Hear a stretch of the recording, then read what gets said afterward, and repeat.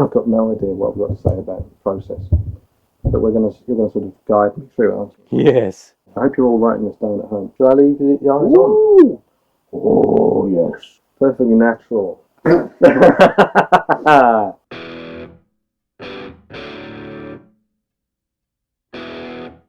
Hello, imaginary internet people. I am here with Jason Arnopp. Jason is a prolific writer. He's written for the worlds of Doctor Who, Friday the 13th. He's written a horror movie. He's written his own fiction. So, hello. When you sit down to write a story, what's the first thing that happens? What's the first spark? I definitely seem to be one of those sort of concept-y, plotty, initial spark type people. But I mean, you get to characters soon enough, don't you? But I think the first step for me is, just a nugget of an idea, like something that just sort of stays in my head. How do you know that's enough for a full story, or if it's just a nice idea that might last 10 minutes? That really is down to instinct combined with experience, don't you think?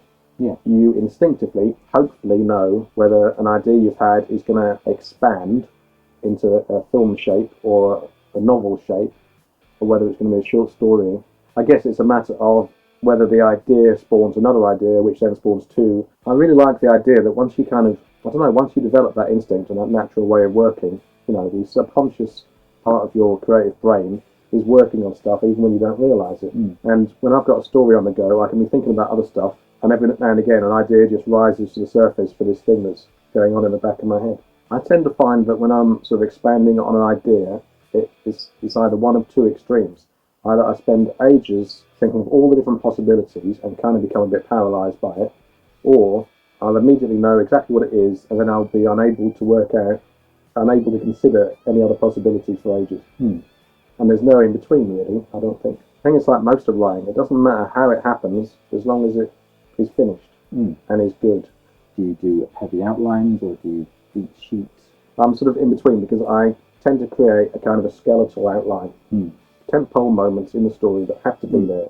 I shy away from any kind of story theory that's too prescriptive, because I just worry that it's going to limit my options, really. I'm not buying into all this, 7/8 of the way through, your hero has to find redemption or whatever, all that bollocks. As long as the story works, it works. But then I tend to find myself coming back to that more sort of mathematical structure stuff when I'm in trouble. Yeah. Like, I've just written a novel, and Act 2 was a complete nightmare, really. And so I found myself, in fact, you saw that, there's like index cards stuck to a window, colour-coded cards for different subplots, the works. So that all that stuff can totally work, but I don't like the idea of doing all that stuff up front, because then it's just a matter of joining in the dots, beat by beat. This needs to happen here. No, it doesn't. I'll decide exactly what fucking happens here, quite frankly. But there are certain things that do need to be in there. The all is lost moment. Yeah. I mean, that is always a great thing to have. I always appreciate it when I'm watching something, and it does tend to be about sort of 5/6 of the way through, doesn't it? Yeah. Something really horrible goes wrong, and you can't see how it could possibly go right again. That's the moment you want, isn't it? I may as well turn this film off, because they're never going to get out of this. Yeah, exactly. It's all ruined. Yeah. Okay, so you've got your rough structure. I mean, I do literally write out like sort of Act 1, 2, 3, and sort of big turning points. Sometimes I might do a cheeky 5-act structure. Ooh. I find a 5-act thing is a bit more reassuring, because there's more turning points. There's more stuff happening. Okay, so your very first draft is...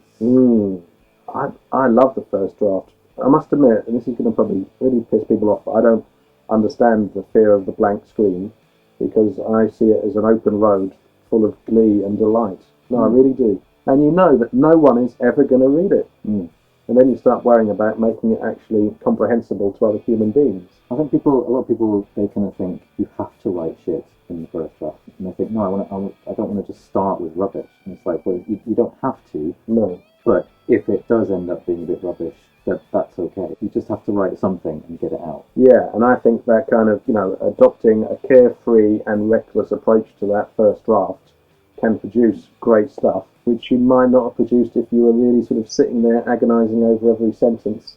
I love the rough draft as well. It's rewriting that's the thing that is less fun. You're just going over the same stuff over and over again. And I know.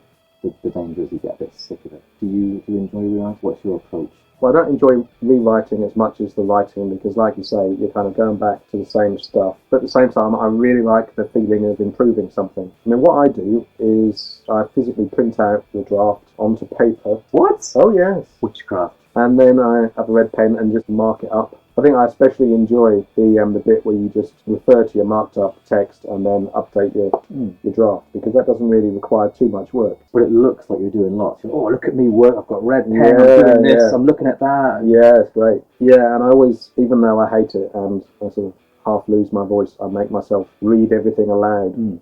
Which is just horrible with a novel, it really is. But it's incredible that, you know, when you force yourself to read something aloud, your brain isn't given the opportunity to skip over words or typos. Do you have the same approach for scripts and fiction? Yeah, I think so, yeah, because a story is a story. I assume you do several passes and several drafts before anyone reads it, and that's your first draft. Do you then send it straight to your agent? Do you have readers? Yeah, readers, yeah. I mean, obviously no one reads draft zero, but then usually I think there's like another couple of drafts before anyone does read it. So draft zero is like a few drafts, really. And then you have your first draft that you're ready to let people read. So really, numbers of drafts just become meaningless, don't they? Yeah, which is more and more annoying when you send something off and then you get the notes back and you go, this is a great start.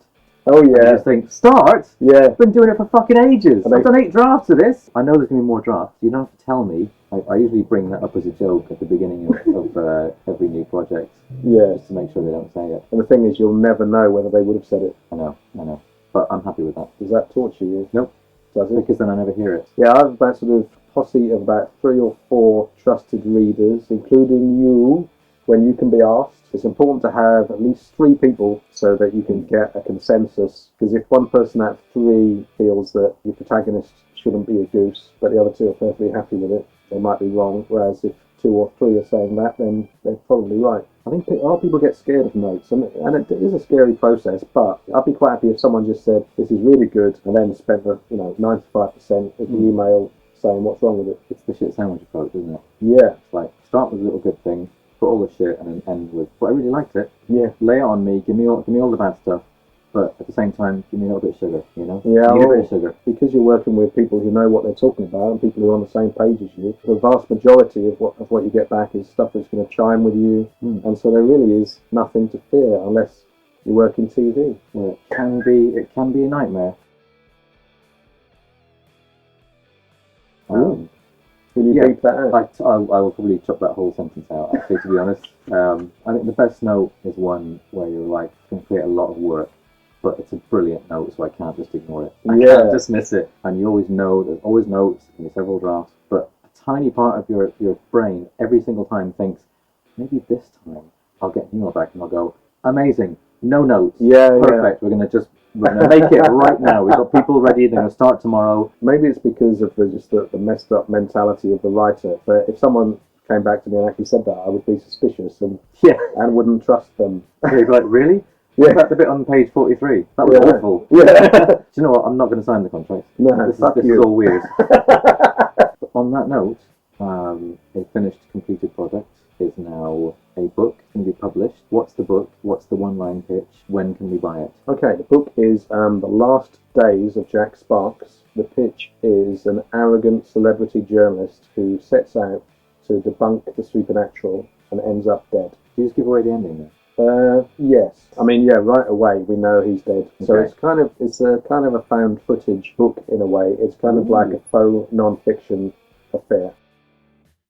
I've just put some of my favourite things in it, like possessed people and evil ghosts and things like that. It's about ego, belief and certainty through a kind of social media prism. The first paperback and ebook will be coming out in March with a big paperback release in July. Well, thank you very much, Mr. Jason Arnopp. Thank you. And I shall see you in hell.